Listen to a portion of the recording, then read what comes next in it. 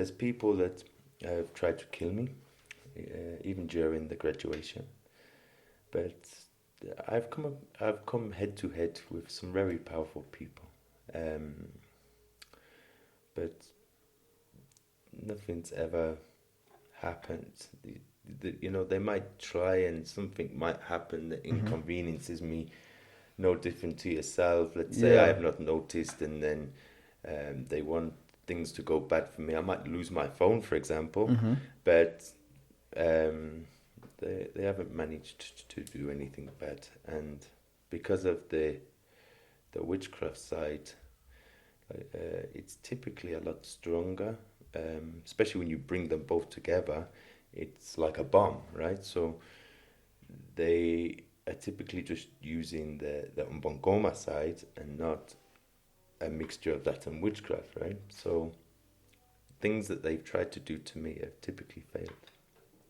So there are aspects of my life that I will never reveal, that are between myself, my family. On the third day. That one, yeah. Like Christ himself. What was that about? I don't even know. I don't know. A fancy restaurant in a beautiful place in South Africa. And he left you with love them. Love them. Rand. Babe. He's not circumcised. And all of that. I mean, I heard the audible voice. So Billy was holding Wasn't the decision. our sake. Meaning I already Do told like her. that. Yes. Will it marry what you say you're doing? Which Thokoza Gogo. Now, Or is it Mkulu? Gogo and Mukulu. Gogo and Mkulu. There's two Gogos, there's two Mukulus. Oh, so yo quadruple of Gogo and Mkulu Yeah. in Mlungu. Mm. It's very complicated. Yeah, so I have the Ubungoma side, and Yes. then I obviously have the white side too. Okay. What's the difference between Gogo and Mkulu? Gogo is like the elder female, and Okay. then Mukulu's the elder male.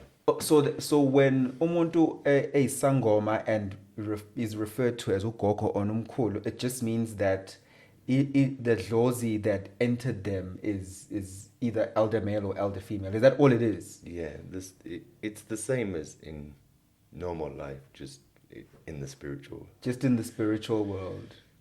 Welcome, Dan. Welcome. It's great to meet you again.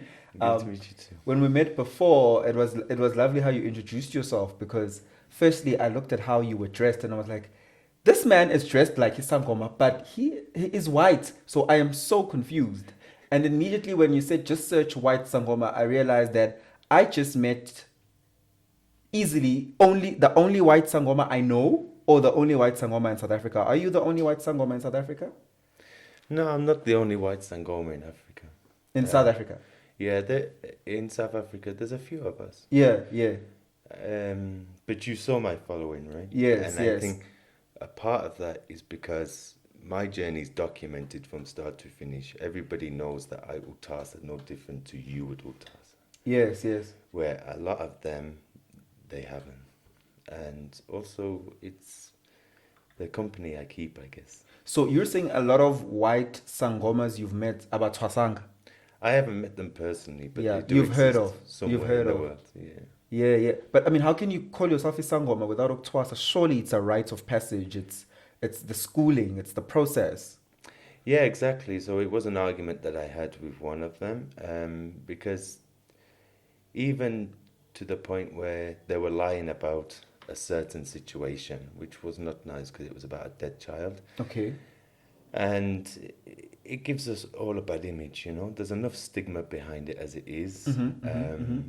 We don't need any more people making stories up and then everybody assuming that everyone's the same. Yeah. I mean, as you say, there's already stigmas, surely, and you have colleagues in your fraternity who are Sangomas as well, who are whites, where you also can see it's a bit sketchy there. And maybe because of the company they keep, maybe because of just they do about Twasanga at all.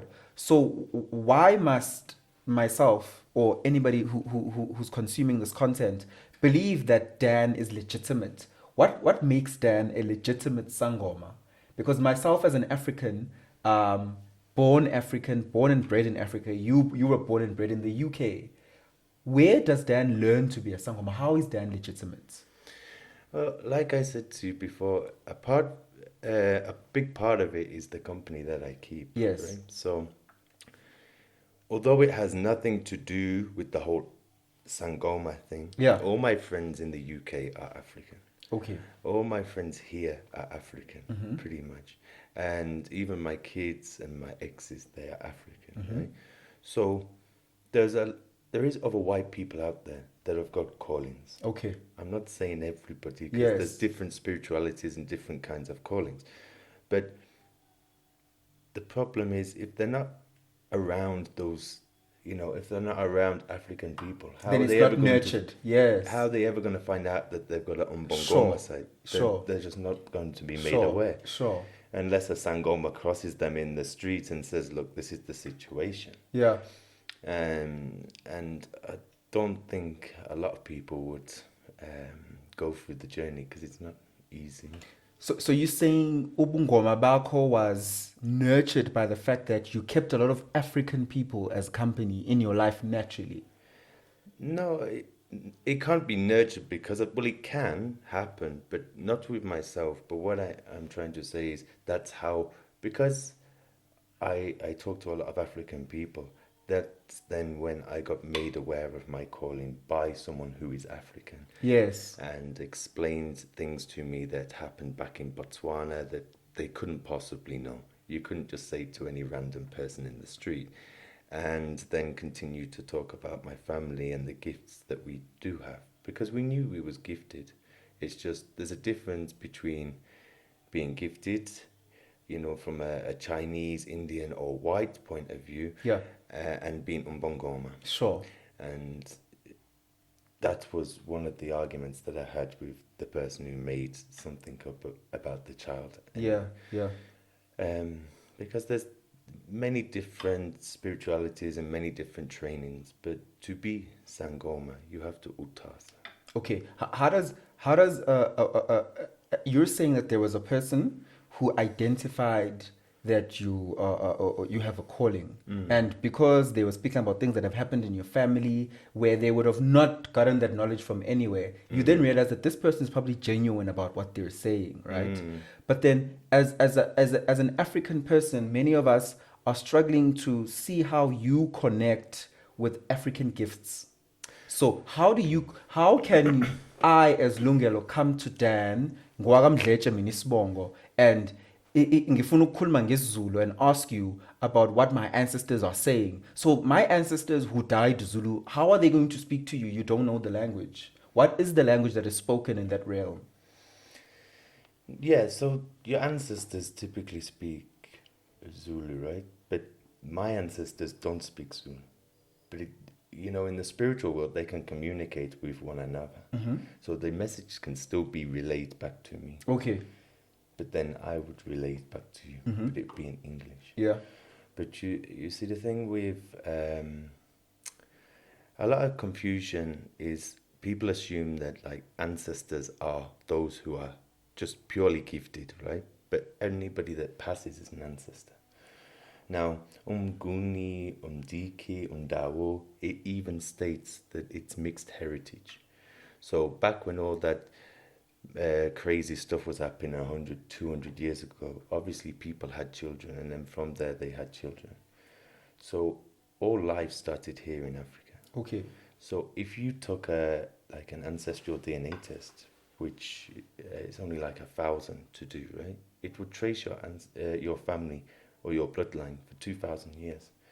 What's the chances of you not having a bloodline in the UK or America, for example, when all life started here and we're going forward 2,000 years? You're going to have some kind of connection there. Yeah, yeah. And that's what I always tell people that are trying to get visas. That's like, just take the test, prove that you've got a bloodline there. They can't refuse you. That's interesting.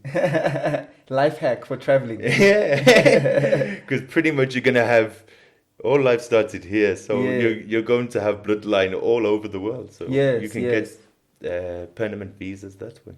Yeah. Because although there might be ancestors of yours, there will also be people that are still alive who were connected to your ancestors also. So then you can reconnect with them as well. Take me through what type of person do you help? I'm asking this because I need to understand whether you help people who have problems or you assist people to create problems for other people. Okay, so I have the ancestor that's from here, which is more Inyanga. Yes. / Sangoma. Then the other two are from America, and the other one's from the UK. Now, the two that are from America specialize in witchcraft, right? Which is highly mistaken in SA, because as soon as you say witchcraft, they think, you're going to target someone. Okay. But you can actually heal with witchcraft. Explain. You can do business. You can help business, and not from a satanic point of view, from just a normal. It's the same as Mukti. Okay. But it's just the whites, the Chinese, and the Indians. They specialize more in that side of things. But one of my ancestors was was killed for killing witches with witchcraft. But I have to embrace both sides, right? So instead of choosing to use it for bad, like you're saying, do I target people for other people? No, I don't. Not in that sense, anyway. So the witchcraft side, I decided that because I've got to embrace it, I want to embrace it in a positive way. And so I help those who are going through GBV, whether it's kids, women, men, whether they're being physically, mentally, sexually abused. And also, on the flip side, any man that's been wrongly accused, or any woman that's been wrongly accused, right? So I do throw the bones or the runes, and I do check. If they're telling me the truth, then I help them for free. Interesting. So you're saying that you're not in this for money? I charge for the healing side, but even that, it's very cheap compared to what people suspect. You would charge, yeah. For the healing side, I do, but with the whole witchcraft side and bewitching people to get, let's say, a woman out of a situation where she's being beaten like a dog, I don't charge for them. Take me to the day or the moment, because it may not have been a day, but it may be a series of experiences that got you to this point when you realize that I need to accept an African ancestral calling in the way of Ubungoma, which is very South African related, Africa, Yeah, it's most. I would. What was that moment where you felt that you should follow this journey or start the journey? Well, the thing is, like I said, we've always been gifted. So the things that she was saying is true. I've always been able to see dead people and bad spirits. And my mom, my grandma, I've always been gifted. And before I answered, my daughter became very ill because she was seeing things that she's too young to see. Because you know yourself, with an ancestral calling, when you don't answer it, it then falls down to the next generation. So the things that I can see, she was starting to see. But there's a difference. I'm 35, she's 8 years old, There's things she shouldn't be seeing at that age. Yeah. So that was the first sign, per se. It was even changing her behavior, everything, because she was traumatized, right? So then she's acting irrationally. So only until I answered my calling, which, like I say, the Ubungoma side, they're from here in SA. Only until I answered that, things started to improve for her. It's quite interesting that you say that, because you're saying that it could happen that even your children, as a white man, I'm not sure if you've had children with black people, but if you have, your children, even as mixed race, could still be Sangomas themselves. Yeah, so all my kids, two of them are quarter Jamaican, the other one's half Nigerian, the other one's half Botswana. Okay. So it was the quarter Jamaican one that they then chose before I said no. I will answer the call. And so obviously I'm still on the journey of you getting into this process of being a Sangoma. When and with who do you start the journey of Ukuthwasa? So when you start your journey, who is your Gobela? Where are you? And do you have any idea what it consists of, what you're getting into? My original Gobela is from Snakes Park. Her name's Lungili. But with Gobela, you have to Ukuthwasa for people under your Gobela for them to check that everything you're doing is correct. Then you go independent, right? So because I was one of the first four, I fell under her Gobelas, which were in Alexandra. Me and them don't get on too much. We had a fallout after graduation. But then after I graduated, the thing with Ukuthwasa is you can graduate, let's say, as Sangoma, but then you might have to Ukuthwasa again as church prophet. Okay. So you might have to Ukuthwasa twice. So after I graduated, then I started having dreams of a good friend of mine, who is Gogo Moweni. So then I reached out to her. We'd known each other for some time, and then I said, "Look, these are the dreams that I'm having of us doing certain rituals."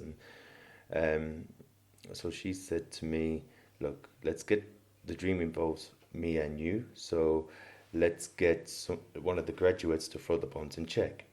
They threw the bones, they checked, and so now technically she's my Ubaba, my Gabela. Okay. But she's your Gobela for which aspect? Because you'd graduated already, and you've making me understand now that you can graduate more than once for different aspects of your calling. So she's your Gobela on which aspect? I'm more of the white side of things, because a lot of people, they assume that she's busy using snakes and stuff like that, but it's not. It's because she knows a lot of the things that I know that most Sangomas and Yangas would not know, and that's what gives her the edge, I guess. One or two of those things? She knows about the power of the moons. Okay. She knows about the seven chakras. So these are things that people who had a calling but are white, that genuinely do and have studied well, that other Sangomas in South Africa are not well versed in. I would say that they're more primarily known by Chinese, Indians, and whites. Okay. But she's very knowledgeable on those particular subjects. Yes. And you see, when it comes to like the witchcraft side of things, for example, bewitching people, if you like, you can use things like the full moon, and it will be a lot more powerful than just using candles and mooting. Yes. But also at the same time, Inyanga is a herbalist, right? Yeah. So we specialize in herbs. Where the whites, the Chinese, and the Indians, they typically focus on the elements. Now, without the elements of the world, we would have no leaf. Yes. So it's like going to the direct source. I hear you. In some ways, it's a lot more powerful. I hear you. So you're saying there's an even higher dimension that you can tap into as a Sangoma who's white, because you're exposed to these things that white spiritual healers and leaders tap into, which are the elements. So the as you're saying, the moon, the fire, the water, which then create the herbs. So the herbs is actually like a secondary source, but you even have an ability to connect to the actual element. Yeah, so I try and educate people a lot on the things that I can bring, but also apply. I always like to try and make them apply to both Ubungoma and also the white side, right? Because typically, although we call it the white, I'm saying white, Indian, Chinese, it all originates from here, from like Egypt times, right? Yes. So technically, it's all African. It's just parts of it that people have lost over the years. So it's just bringing it back, if you like crystals, for example. I hear you. Yeah. Explain. I mean, how do crystals work? Jeez. You can use them. They're very powerful, and they do different things depending on the crystals. Mm-hmm. But a lot of people, they buy these crystals and they don't actually power them. So you need to cleanse them, you need to power them, and they're very powerful. You power them by consulting a person like yourself, or what can you do as the layman, a normal person at home who has bought crystals? Yeah, there's many different ways that you can power them. Some of them I've mentioned on my Instagram and stuff, but no, you can do it yourself, even by just holding the stone and meditating with the stone and aligning that stone with the vibration, your own vibrations. Mm-hmm. Mm-hmm. Yeah, so there's a lot that you can do, like even healing just with your hands, right? I was having this conversation with a guy the other day, and he was explaining to somebody else that no, what I'm saying is correct. You can just heal people with your hands, and that's why when you bang your leg, you instantly go like this, because the energy of your hands it heals it. Same as when you're a child and your mum said, "Oh, let me kiss you on the arm," or if you've hurt your arm. It does work. Obviously, from a healer's point of view, the more you're in tuned from the spirituality side, the more powerful the healing from the hands is. But everybody can heal themselves. What do you think people who identify as born again Christians perceive Ubungoma, izinyanga, witchcraft, ancestral healing processes as satanic? I think they're very confused. I can't believe you get me on the whole Christianity subject. Okay, so if we go back to like the Egyptian times. If we go back to like the Egyptian times, the first one god religion was Anum, right? Which was one of the Egyptian gods who created the one god religion. There was multiple god religions, but the first one was Anum. Mm-hmm. Then after that is Zoroastrian. Mm-hmm. Then after that was Jewish religion. Then it was Christianity and Islam. Okay. But the Christianity side of things, I always say it's like a generational curse that needs to be broken, because there's over 30 books missing out of the Bible. And back during slavery times, they were ripped out on purpose, because it wanted to say, obey thy master, right? So now when people are reading it, especially all the way back then, before Google and everything else, now it appears that you are to obey your master, and that God's telling you to obey your slavery master, if you like, right? So it was made compulsory by law. So they either followed Christianity or they got took to prison. So then from there, those people then had children, and then the religion has been passed down and passed on from generation to generation.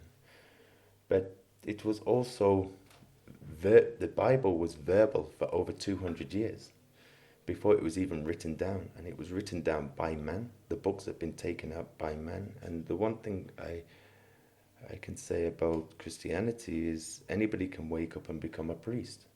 And it shouldn't be like that. It should be a bit more like Ubungoma, in the sense of you have to go through some kind of training. You can't just wake up today and say, you know what, let's open a church. Because that's why so many people are getting scammed. And you would never find that in, let's say, for example, Islamic religion. Nobody could just wake up and say, I'm going to be a Muhammad, and there would be hoops and everything that you have to jump through. So you're just saying that they're confused, just in general, because what I'm getting at is you're explaining how the religion was formed, and you've identified through your research that there are a lot of loopholes, like books missing, for example, as per your. So with Christianity, they tend not to like the whole ancestors thing, right? And the books that I'm missing refer to ancestors, refer to fallen angels, refer to the book of prophecies, the book of Enoch. All these books that have been ripped out were for an agenda, because back in the slavery times, they didn't want you to know all of that information. They just wanted it to seem obey thy master. So there is mentions of ancestors, but the books have been removed. And removed by who? Not by God. Which there's no man or no woman that should be able to remove books from the Bible, but they have been. Yeah. And ancestors, they were followed way before even the first one God religion, which was Anna. Yeah. So they're just confused, in my opinion.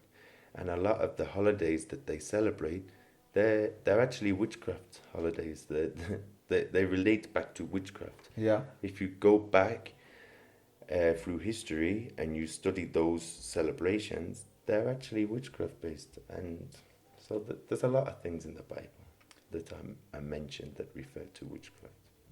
Even Jesus having like a wand and putting his hand up like this, that's part of witchcraft. Yeah. Well, it would be deemed as witchcraft here in SA when it's actually a different kind of spirituality. Do you have a gift for being able to see things about people you've either never met or afar or even prominent?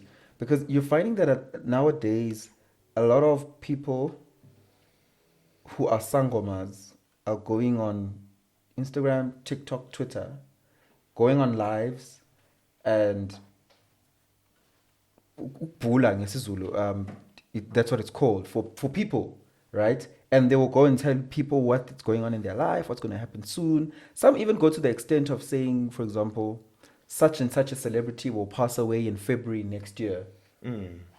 I find that a bit dangerous, but do you think those people are genuine, or is it something that you can relate to? No, there is people, I can't say all of them, but there is people out there that can prophesize. Like you're saying, they can prophesy someone's death, they can prophesize a lot of things. But being a prophet is different to being Sangoma, where Sangoma, yes, you can tell things about someone's life that you don't know. You can pick up on things that are that need to be fixed, where Inyanga fixes them. So they're more, you come to them as like a doctor and say, look, this is the problem. And they fix you with the herbs and everything else. Whereas Sangoma, you should be able to walk through the door and they tell you what the problem is before you've even told them. Yes. But there's a difference between that and being a prophet. I hear you. Like there's a book called the Book of Notre Dame, and he's a prophet from way back, and he's predicted some insane things that have come true. So, for example, are you able to see things about famous people? Because I feel like it's not by mistake that you have built a profile that it has some sort of fame to it, right? And so surely that means you are in the line of being able to work with famous people, heal famous people, prophesy things that are happening to famous people. Yeah, I have found everybody, but from townships to famous people. Yeah. I don't want to mention no names. Of course. Because that's their privacy. Yes. But I have, but not so much from a prophecy point of view. And you can prophesize things about people.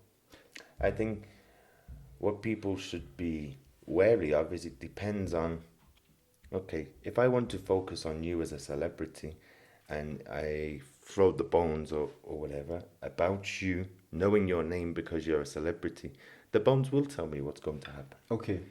So then I can then go on to social media and then say, I've prophesied this, when really you threw the bones and you've checked about that person. I get you. Because you want to try and piggyback off their fame, I guess. What I want to get to is that because we have tried a lot and we have a lot of issues in South Africa, and one of them that we're currently going through that seems to be reoccurring is the issue with violence that involves firearms, right? And it would seem that the police service is not doing enough. It would seem that the politicians are not doing enough. Maybe we should be seeking to people like Dan, who have prophecy, who can throw bones and heal, to help us solve long-standing cases like the assassination of Esenzo Menyiwa, like the recent assassination of one of the biggest rappers. Because if clearly all these other things are not working, can we as a country look to you to assist us with things like that? I think the sad thing is that as healers and sangomas and inyangas, they tend to fight one another too much instead of uniting. If they united and, us as a whole decided to help South Africa, then there's pretty much nobody that could come in our way. Mm-hmm. Even if another country decided to invade, imagine if all of the Sangomas and Nyangas were united in the country. They would struggle. Because things would happen like their firearms wouldn't work. Things like that. So it's sad that they want to war against each other instead of work together as a team. And you can go to people to solve those kind of things. But the problem is, does it stand in a court of law? Which maybe it would, more so from an African country where people respect and recognize what the capabilities of people's gifts are. But the better thing to do really is to reach out to like the higher authority. There's, for example, like the European high courts. Mm-hmm. They can order any country to start taking action. Okay. And if they don't, then they get heavily fined. Yeah. But it is a problem here. But from what I know, the person that she was referring to was told to stay away from Durban quite a few times. Yeah. And ignored the warning signs. So, yeah, it was sad what happened. And in your capacity, are you able to tell us what you think happened? I wouldn't want to, because I feel like at the moment there has been so many people, like I say, trying to use their death as a way of getting themselves a little bit more fame. I hear you. Because like you say, he was one of the greatest rappers in SA, and he had a huge amount of following. Yes. So if I find that there's been so many people taken to social media, whether it's prophecies, whether it's drawings, paintings, whatever the case may be, in order to try and gain fame off the back of his death, which isn't nice. Yeah. It's not the right time and the place. I think it's too recent. Maybe, let's say in a year's time, if you drew a drawing, for example, in memory of, then that would have been a lot more respectful to the family. But have you thrown the bones and it's just that you can't share it? No, I haven't thrown the bones. I wouldn't throw the bones unless someone asked me to. Okay.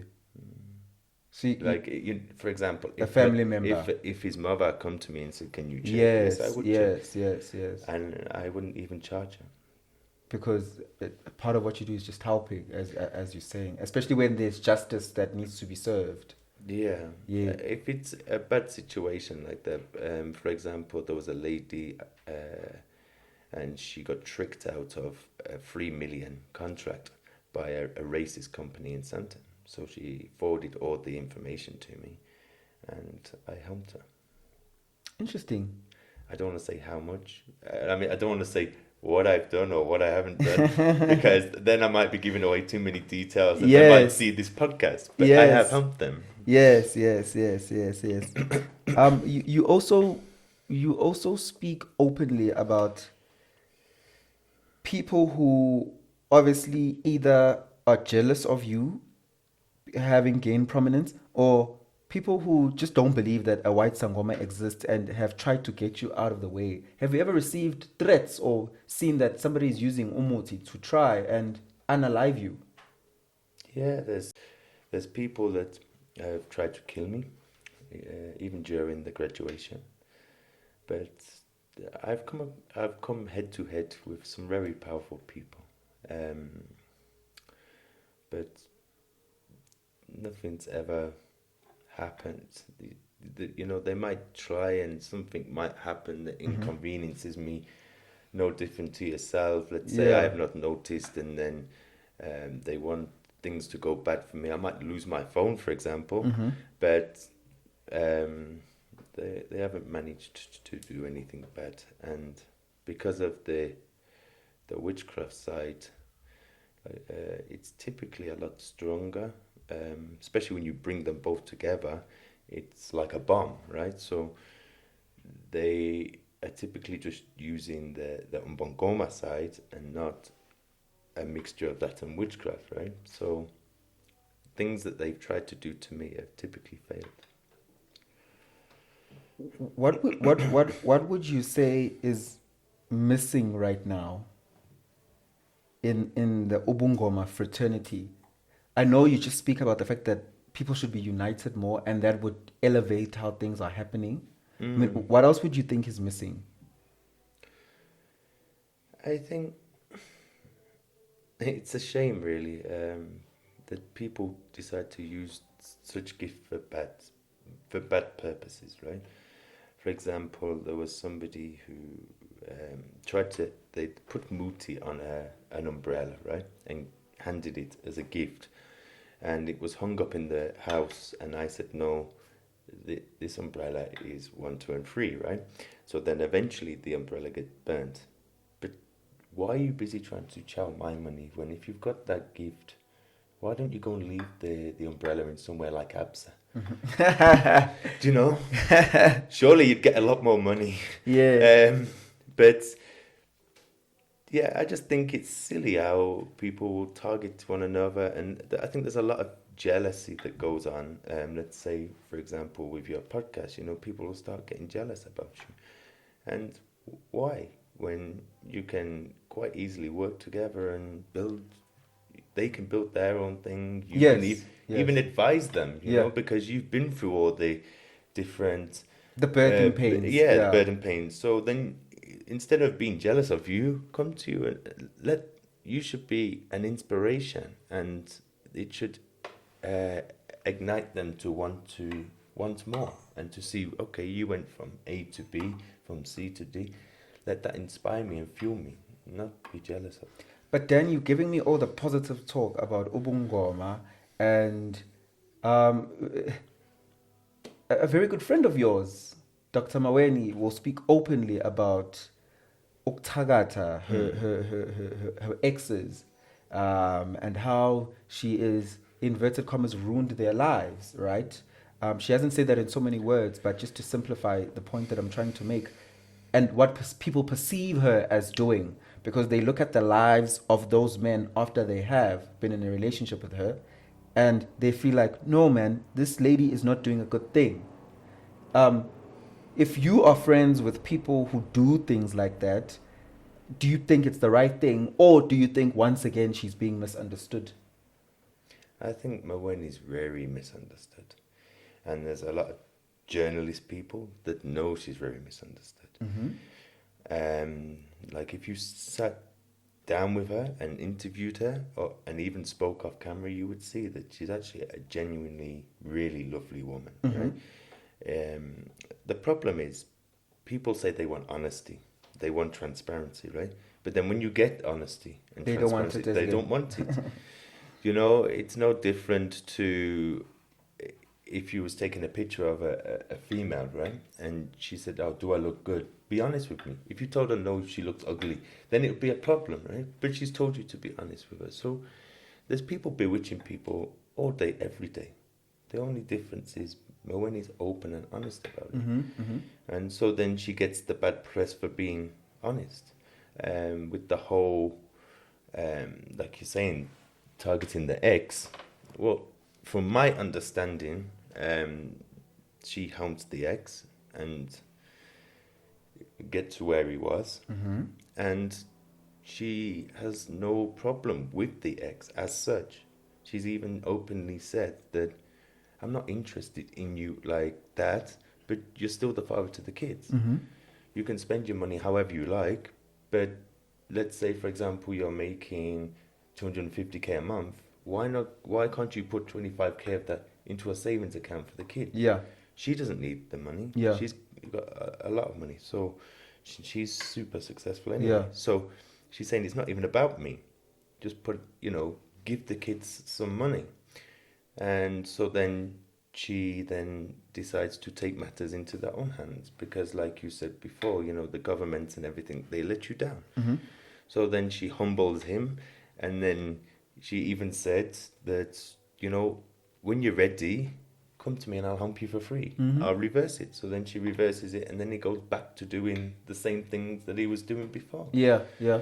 So I don't completely disagree with what she's doing. I just think that a lot of people they latch on to what they focus on what they want to focus on. Yeah. Same with any kind of PR or news, but also she knows that he's going to get that kind of response.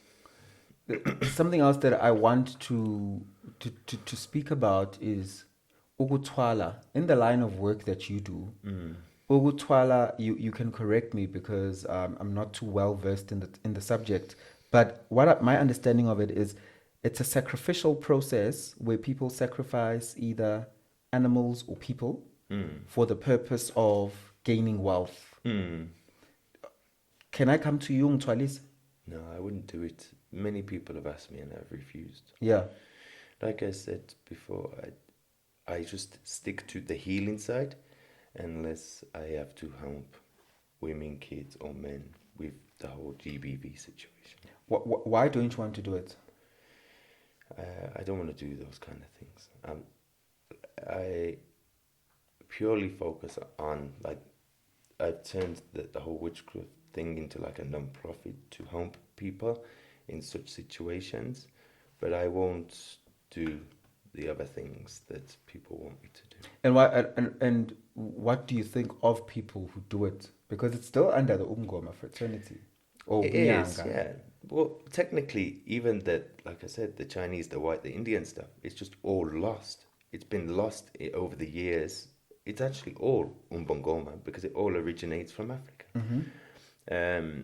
It's just over the decades and decades that have passed, now people think that crystals is a white thing or tarot cards is a white thing when it actually originates from Egypt. So I haven't got anything against people that want to do that kind of thing, but it's very dangerous. Dangerous how, Dan? Because if you don't do what's after that ceremony and everything else, it's very much like Illuminati kind of thing. Okay. Because yes, okay, we're talking about real people with the whole Illuminati side of things, but with the spiritual side, if you're doing those kind of lucky charms, those snakes and everything else that you're referring to, then if you don't do what it wants you to do, then it will destroy you and your family. Who tells where does it get its authority from? So for example, here I am, I say I want to, or person X ufuna ukuthwala, inyanga yakhe tells them that there's a particular snake that they need to keep in a basket in a particular room in their house.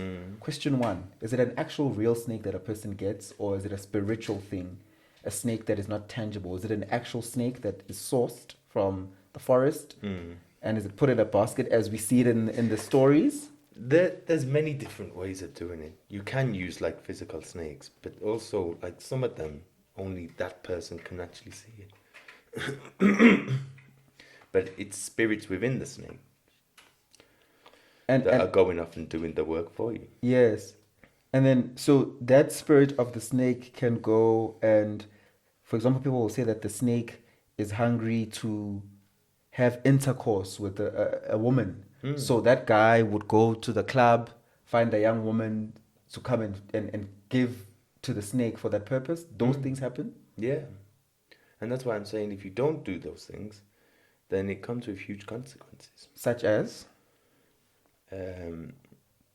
For example, there was a story back, well, my ex-wife, we was talking about the whole situation, and there was a situation in Zimbabwe whereby someone was making a lot of money, was getting a lot of money because of these snakes and everything else, these small boys, they call them. And then eventually got too confident and was like, no, I'm not giving you what you want no more. And then one by one, the family members started to die. He was left with no money. Everything was gone. And the house just went to ruins and everything disappeared. What type of requests exist? Do the requests get bigger and bigger? Because I think that's what people are always like, I'm scared to get into this because maybe one day I won't be able to handle the requests. So how do the requests progress? I'm not too familiar on how because at the end of the day, it depends on each one is different, but it will progress more. It's no different to, let's say, me and you. You know, if you can command me to do something, we can do it. We can help each other as friends. But then some people will take advantage of that, right? And they will think, okay, fine. If you're willing to do 1, 2, and 3 for me, let me push my luck and go for 4, 5, and 6, 7, 8, and 9. You know, and it's only going to get worse because now they're like, no, you do exactly what I say. But in that situation, the people get themselves in a lot of bad situations. Yeah. Do you think we're nearing the end of our conversation? Do you think Ubungoma is the solution?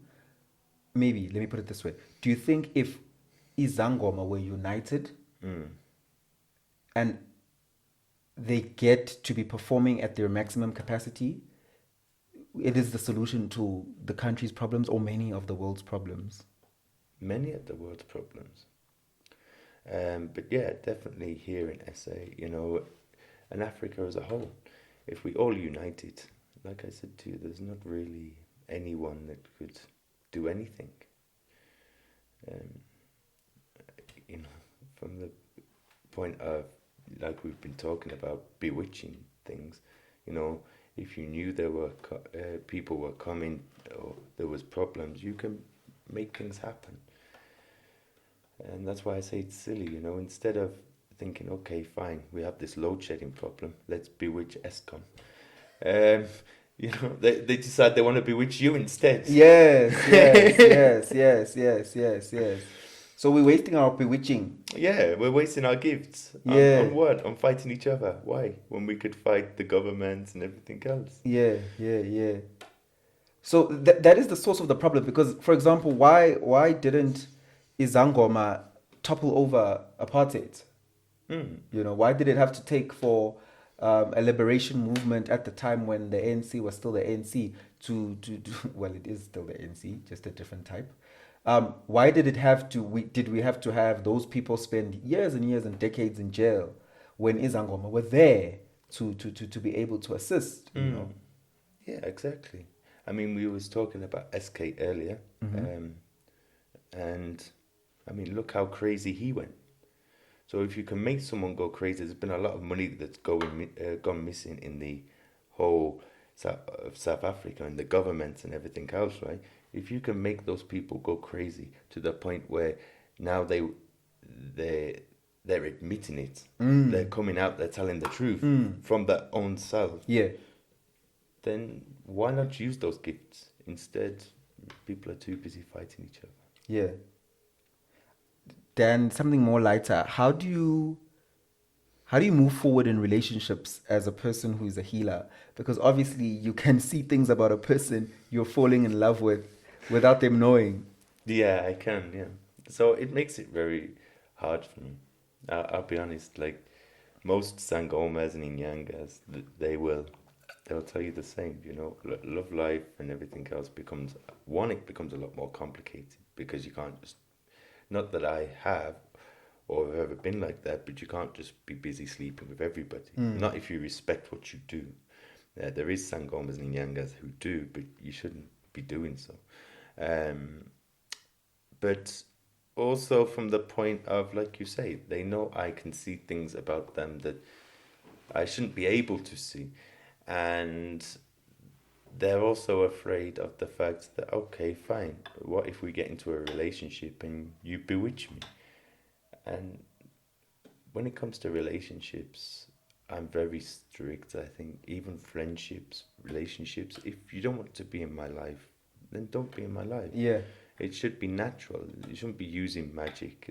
And I think there should be that boundary there whereby we respect the fact that, yeah, I am what I am, but I'm not going to use it in our relationship or friendship or whatever the case may be. Last but not least, Dan, somebody out there is thinking, Dan, have you been sent to steal African spirituality the same way people stole the land? Yeah, and I find that such a stupid question. You know, not a stupid question, sorry, a stupid statement. Because no one stole it. Everyone still has to come here. There's no Gabellas in the UK. There's no Gabellas in America, right? But some people, like you say, they say, oh, it's about journalism or it's about this. I don't know many journalists that are going to go through Ukuthwasa for 8 months every single day to what? To write a story about it. When they could take snippets from podcasts and news articles and save themselves all that drama, because Ukuthwasa is probably the hardest spirituality training that anyone can go through. So I don't know why they have that opinion, but also the whole CIA thing and everything else, they're already using, like, people seem to think, like I said before, that in the Chinese, the Indians and the whites, they're not doing magic anyway. I mean, who is Illuminati? At the top, they put a lot of black faces and everything in there, but we both know that at the top are these like racist white people, and they're just putting the black faces there to then attract the younger black generation, right? So there is no muti or what that they can use to strike down, let's say, a famous artist who's super successful. Yeah. So, and that's because that magic is even stronger than some of the magic that I've been talking to you, because it involves, like you say, like human sacrifices. It's blood magic. It's actually called higher magic, and it is satanic. So some of these Chinese, Indians and white people, they know how to summon like Egyptian gods. They know how to do blood sacrifices and to like Lucifer and everything else. Now, it doesn't matter how strong I am as a Sangoma, I'm not going to be able to go head to head with the devil. And if they're giving blood sacrifices to the devil, then why people think that there's no magic elsewhere but in Africa is, but they scream about Illuminati is a bit contradicting. So why would I need to come and take Ubungoma? Trust me, it would have been my life was a lot easier before Ubungoma. If you could take me back, that would be great. Yeah. I get that. I was making a lot more money. Yeah. My life was normal. Yeah. I didn't have, I wasn't going on dates and they're worried that I'm going to bewitch them. You know, my life was a lot easier. So, and I'm still here in SA and I'm helping the townships with the information that I've got. You know, I put so much out there for free, even with stuff that's already in their kitchen cupboards that they can use to cleanse and protect themselves with, right? And then, like I say, I helped that woman who's going through racism and everything else, and I help people here in Africa with GBV victims, and I'm still here. So Yeah. What exactly am I taking? Because I've finished already. I could have left and refused to help anybody. His name is Dan Paige. He's originally born in the UK, now living in South Africa. He does seem to have a preference of women who are of African descent, judging from the 4 beautiful children that he has with them. But what we've learned today is that African spirituality goes beyond people who feel that they are from Africa, especially people who are from Africa in this generation. You must remember that at the core of it, people exist from Africa. If you can trace back people's DNA, that's why you go into America and people call themselves African Americans. So people really realize that there's Africanism in them regardless of who they are and where they are situated now.